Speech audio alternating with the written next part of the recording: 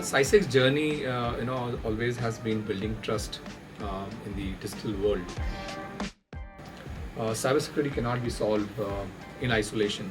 It needs collaboration, awareness, innovation, and continuous capacity building. The journey of CySecK is really to the journey of Karnataka preparing itself for the more digital and more complex future. Greetings, myself Shivling Salaki, and I welcome you all for this CySecK's first episode of Cybersecurity podcast series. In this first episode, we have a unique guest who brings his wisdom from years of experience. But even before I go and introduce you all with our guest, I would like to give a brief about what is today's digital era is all about. Every day, without realizing, we trust digital systems enormously, be it for our digital transactions, connecting with our friends socially, paying any bills, getting schemes from any government agencies, everywhere. The digital ecosystem has brought a great convenience, but this convenience has also got a bigger responsibility. The responsibility of protecting every digital transaction, every digital interaction. And in the age of artificial intelligence, cyber threats are enormously increasing, becoming smarter and convenient for threat actors to get access to. That is why we're in a plight of moving from just cyber awareness to cyber resilience. And I think that is the right crux to start and begin this episode. So now it's the time to introduce our guest, Mr. Ranjeet Mishra. Mr. Ranjeet Mishra, who is leading the center, CySecK, as center head, and with his unique persona, is driving amazing collaborations from all stakeholders, not just academia, industry, but from one point of government decision makers, senior leaders, and research entities across the state and across India also. Even before I request him to introduce, I would like to say that he brings 25 years of experience in this domain, from working across global markets, especially in cybersecurity domain, and helping startups scale from zero to successful growth. Help me in welcoming Ranjeet Mishra. Thank you, Shiv. I think so. It's a good start, and I always wanted to sort of, bring the perspective of CySecK to this podcast. It's a pleasure to be here. CySecK's journey, always has been building trust in the digital world. Karnataka being one of the leading, and the leading and the strongest technology ecosystem which he has built in last 25 to 30 years. With that strength, it also comes the responsibility to make our digital infrastructure, the institution, businesses, and citizen more cyber resilient. At CySecK, this is what we're trying to bring all things together. Our role is basically to bring the right people together, whether it is the government, the academia, industry, the startups, researchers, and young talent. Cybersecurity cannot be solved in isolation. It needs collaboration, awareness, innovation, and continuous capacity building. Our focus is to create bridge and ensure Karnataka is not only digitally advanced, but also digitally safe and prepared for the future. Great. Thanks Ranjit, for setting up that context and also setting a strong footnote for our upcoming interaction. But with that one beginning question, a question to begin with, and that is, many people in the ecosystem know us more from an awareness perspective, right?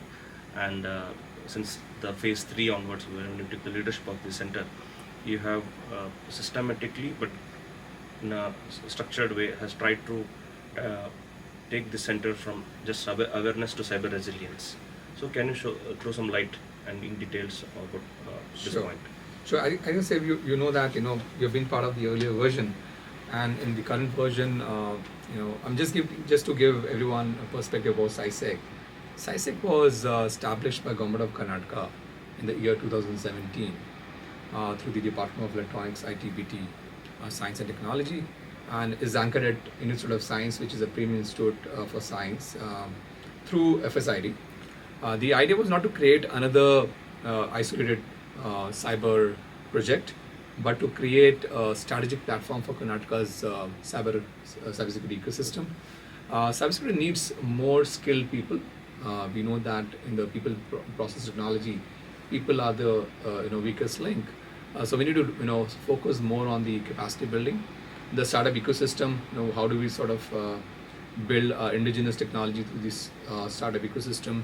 The industry collaborations. Industry always come up with their problem statements. They want to collaborate with a research institute like us, and the government adoption and the public awareness. So we continuously work with all the major, the government departments for these awareness workshops and sessions, and closely work with the law enforcement in terms of how they can also adopt this entire change of cybersecurity, especially managing cybercrime and these cyber frauds. So basically, our responsibility is to bring all these stakeholders, all these pieces together. The journey started with awareness, obviously, as you rightly said, scaling and obviously ecosystem building. But it is now time that we move towards a more deeper cyber resilience for the state. So, the journey of CySecK is really to the journey of Karnataka preparing itself for the more digital and more complex future, especially in the AI era. We see this transformation happening at very fast pace, and then followed by the quantum era, right? So I think we're preparing ourselves from this cyber awareness. There's a major paradigm shift for us as well, but I think so. It's a good time to prepare and take this journey from this awareness to the cyber resilience. Very true. I think you have set a tone clearly for even for the many people who do not know about CySecK, what CySecK is and what CySecK is aiming to be. I think that gives a fair introduction and understanding about this ecosystem clear. Now, coming to the one point you touched on why it is getting important to build the cyber resilience as capacity, especially with AI context. Now, on that note, I have one particular question on why is cybersecurity even more important or crucial in the age of AI, and what's your thoughts on how AI is going to change this cybersecurity demography and how it's going to impact all of us? I think the AI is a very powerful opportunity for all of us. We have seen the transformation, that AI is helping us from day-to-day basis. I think so. Even our kids are using AI. Sure. But if you look at the cybersecurity side of it, the attackers can also use it to increase the speed and scale of these attacks, right? So, the fraudsters can generate very convincing phishing messages, the fake messages. We see, the voice clone, the deep fakes, and impersonation content with very, very much less effort, which was happening before. So attackers no longer, they don't have to be technical, right? I mean, it's more psychological and social reputational, right? That is what they are using it. And the fake message and deep fake, can basically damage the public trust very, very quickly. We have seen at all level in India, right? So I think the government must think, and I think they are thinking that how do we secure AI adoption? You've seen the prompt injection risk, data leakages, and vendor controls, and the audibility. So that is something which government is thinking, and I think the responsibility, like our Center of Excellence, we are proactively thinking that direction, and the response cannot be slow in the AI era, and it cannot be fragmented. So in this AI era, the resilience, means faster detection, coordinated action, and continuous learning. That is why, in my view, cyber resilience and AI governance must move together, especially for the state like Karnataka. Great. Yeah, I think you have concluded a very important point here. That is, Karnataka is already a leader. It is seen as a leader in digital frontiers, uh, being a IT capital, being a startup hub across, known for its accolades everywhere. But from the cybersecurity lens, how do you see this position is even more important and need to be strengthened for further years to come? Karnataka has a large digital economy Right. and a strong startup ecosystem. Uh, and major technology companies, the GCCs, the cloud link activity, if you look at the important citizen facing digital services and applications, and Karnataka has the most, if you look at compared to the other states. Right. This makes Karnataka a natural leader, but it also makes it a very high value target for attackers, the cyber criminals, and the hostile actors, right? And The the state, reports also say so. correct. The state already has a strong policy directions through the Karnataka cybersecurity policy, which came in 2024. And the next step is basically how do you execute and connect, uh, you know, connecting preventions and monitoring response all together, uh, and then from investigation, recovery, and leadership level visibility, we need to sort of move from this awareness to the entire unified way of cyber resilience ecosystem. Uh, I believe that Center of Excellence is in right place to do this job, and if Karnataka builds this well, then it becomes a model for other states as well. So in my view, Karnataka's strength in technology must now be matched by strength in cyber resilience. That is what I think it is an inaugural. Wonderful. I think very important because cyber resilience has always been in silos, right? It has been dealt in silos, but I think now is the time for unified. And throughout in your the interaction, I have felt a strong zeal from you on why it is important for collaboration and partnership. Well, on one of the particular, going to further next aspect or deeper, how do you see the various initiatives already have been driven by CySecK? What are the tangible outcomes, and how you see the impact coming from CySecK's various initiatives? Yeah, I think so. In last, the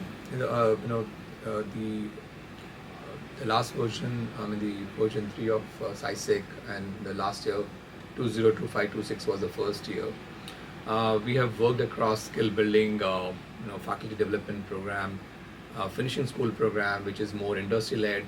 We have conducted, few boot camps. We try to build more of those capture the flag challenges workshops across Karnataka state. And then we have also built our own MOOC platform, which is massive online open course, which is a 10 hours cyber smart course. It's a self-paced basically course which students community can basically build their cybersecurity foundational skills. We have already basically upskilled hundreds of these faculty members, students, student community through these hands-on and supported industry readiness, skill set. So now what we thought is that we also have to build our own simulation environment, which is nothing but cyber range, which we also call community lab or student community. Through our ground research on one end with the industry in terms of the skills which they basically need at entry level jobs, and on the other side, what is this state of affairs with the colleges in terms of their maturity for these skills. So based on that, we are building a very industry role skilled sort of driven content, so that somebody who basically gets trained on our community lab can will be most eligible candidate for industry to absorb them, right? So the entire life cycle for them to absorb them will be reducing that by almost 5 months. Today if industry is spending 6 months to train a person, to get on to the real role job. Here through community lab, you're going to sort of bring that from 6 months to 1 month, right? Because that 1 month industry can sort of skill them on their real tech tools, So I think the these achievements shows that, and then we are also doing a lot of research around emerging hardware security threats through side channel FPG analysis, the post quantum crypto. So this research also brings a lot of data on how our startup can adopt these research, output and outcome, which can basically help them in building the tech part of it, more efficiently, and solve the problem statements, for the industry. So I think these achievements show that CySecK is not only taking these cybersecurity, it is, it is also basically building the capacity at multiple layers. So we are basically working at student community. We are enhancing the skills of faculties. How cybersecurity has to be taught and how it has to be close to the industry need, right? And then we are making more relevance of the research collaboration, working closely with the industry. So that is what has been the job of CySecK so far, and now it's ready to sort of now go to the next level. Wonderful. I think there's significant amount of work being done at various frontiers, skilling, capacity building. I think and much of less has been known outside, but I think you threw a spotlight on it. Yeah, in fact, just to one point which is very critical is that we have also worked with the government department for building the best practices in form of awareness and cyber hygiene, and then the last but not the least, the law enforcement. So we have trained the all the cybercrime the officers, right, and many of them on the through advanced workshop on how to investigate and detect cybercrime. Wonderful. I think these are some of the. I'm sure there's much more work going on in the background, but these are some of the highlights which you could capture in these 2 minutes. Now, I want to understand from your perspective, from the years of experience you bring, what does actual COE mean? And in practice, there is enough plethora of COEs we see today. But I think a right definition of COE in its practice and its ideal scenarios need to be unleashed or demasked. I think people have various perspective and understanding about COE.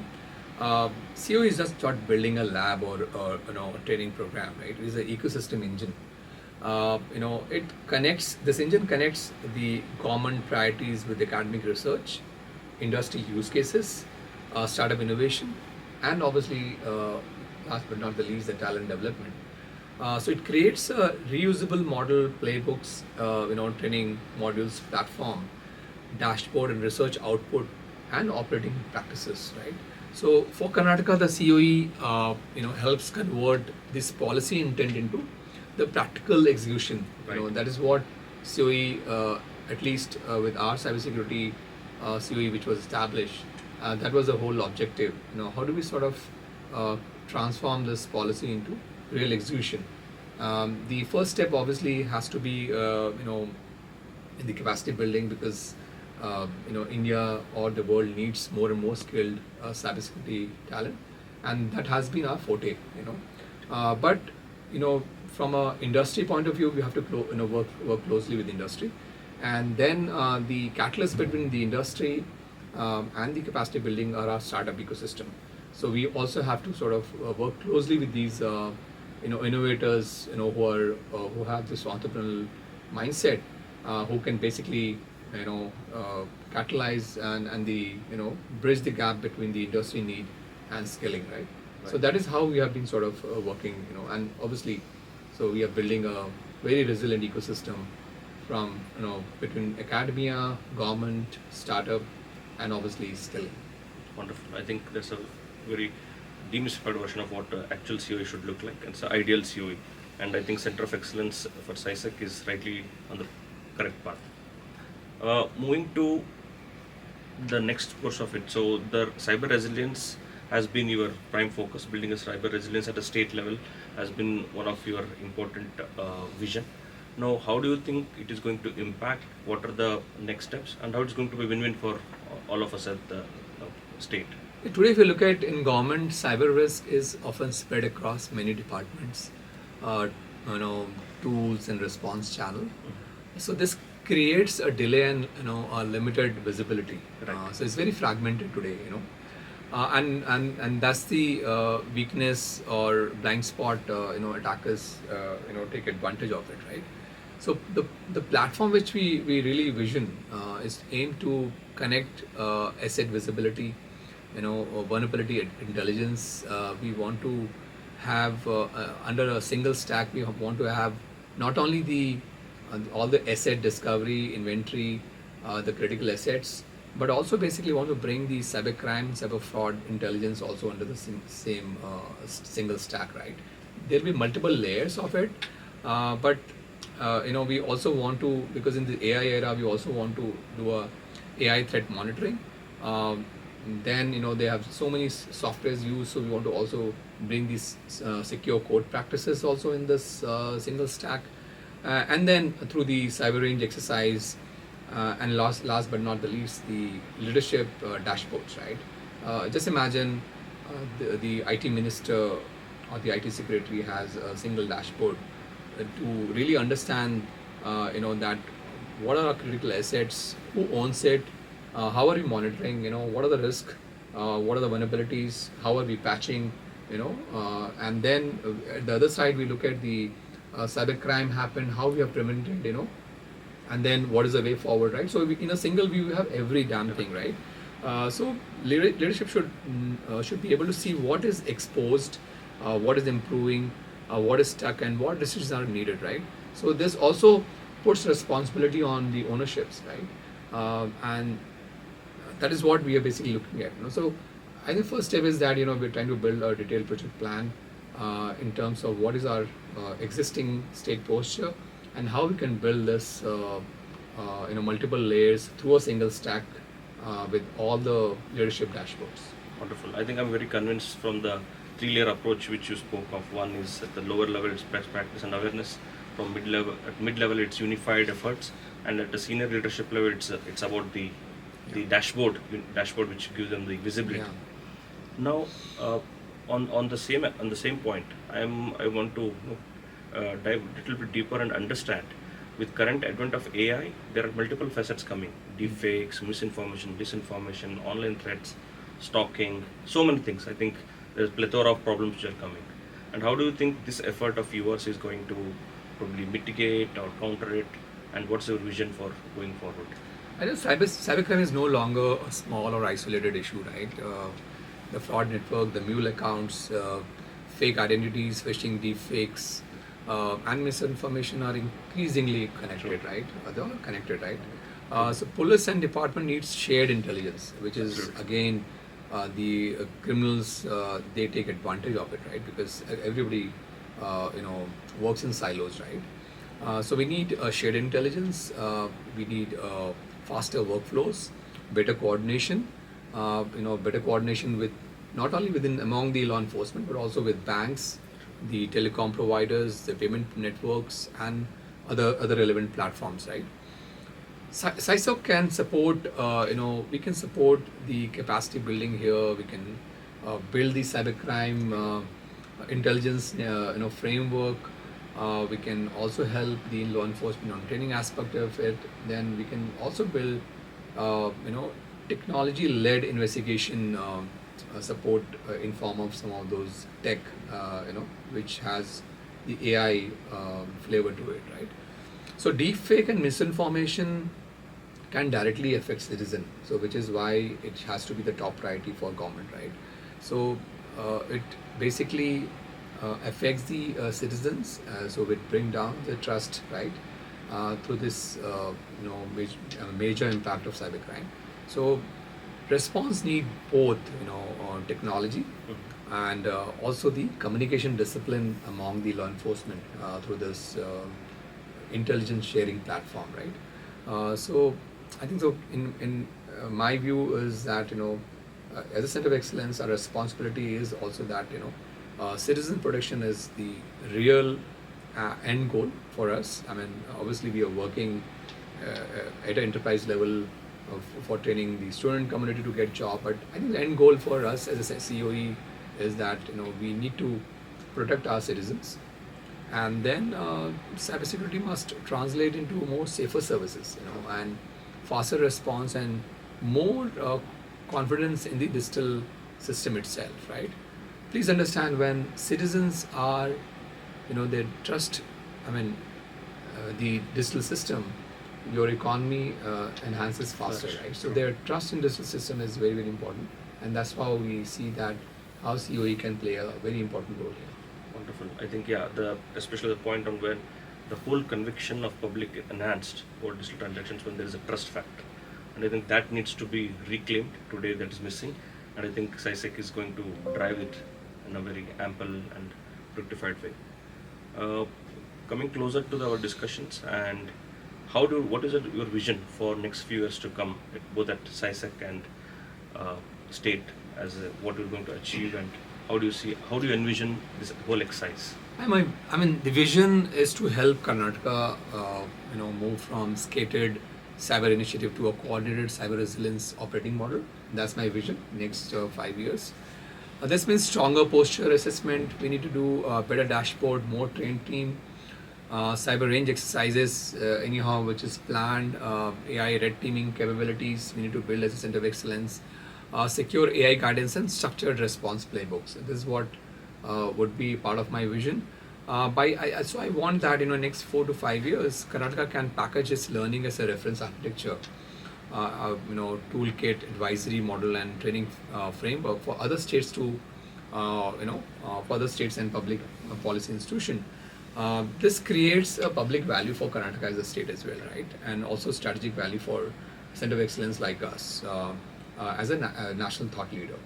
So the larger goal is not only to respond to these incidents, but also to prevent, withstand, and recover, and continuously improve, right? So I believe that future is not only about defending system, but it is also about building confidence in Karnataka's digital future.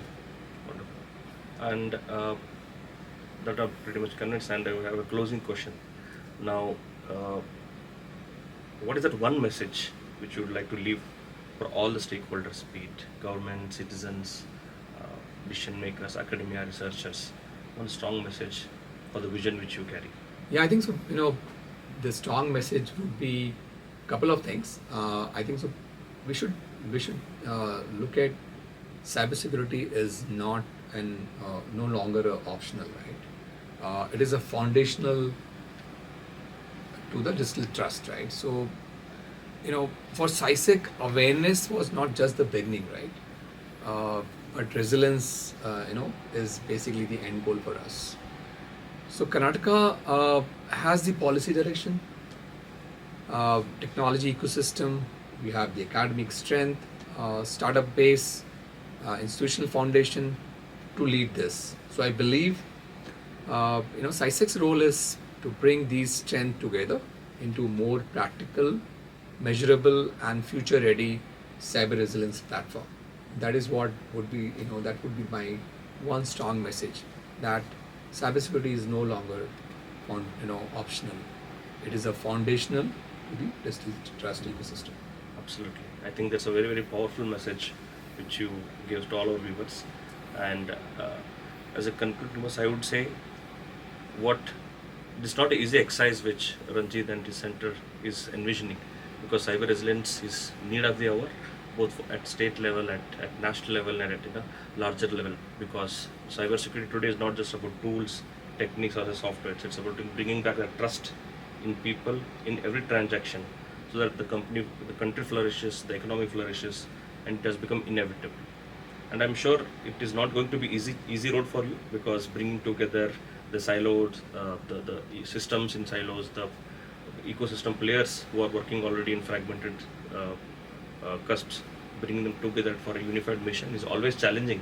But I'm sure you will have the backup of a strong team with support of the leaders. You will be able to achieve, yes. And CySecK will be play a pivotal role in making Karnataka cyber resilient. Yeah, we cannot achieve this ourselves. This will be achieved through a very coordinated, intelligent, strategic way with all the stakeholders in Karnataka. On one side, a strategic partner is Cyber Command, and their role is extremely important to bring these cybercrime down. And the other side, and all the departments and the major stakeholder is the CEG Center for E-Governance. And I think so we become the catalyst, here Absolutely. as a center of excellence, because we are bringing, all the capacity building to research, innovation, startup ecosystem together. So I think so we are going to lead this as a catalyst. Wonderful. I think there's a very strong vision which you carry, and I wish you get empowered in this. And with that, I think I thank you again, Ranjeet, for sharing your My vision, pleasure. for sharing your experience, and importantly the object which you carry for the center. I think that is going to a very differentiated role from any other COEs. It's my pleasure. I think so. We want through this podcast, we want to send this message to the ecosystem, and we want to work together with the entire ecosystem. And I hope whatever we have thought about it as our vision and mission, we basically achieve this in coming years. Wonderful. Amazing. Thank you very much. And Thank you, Shiv.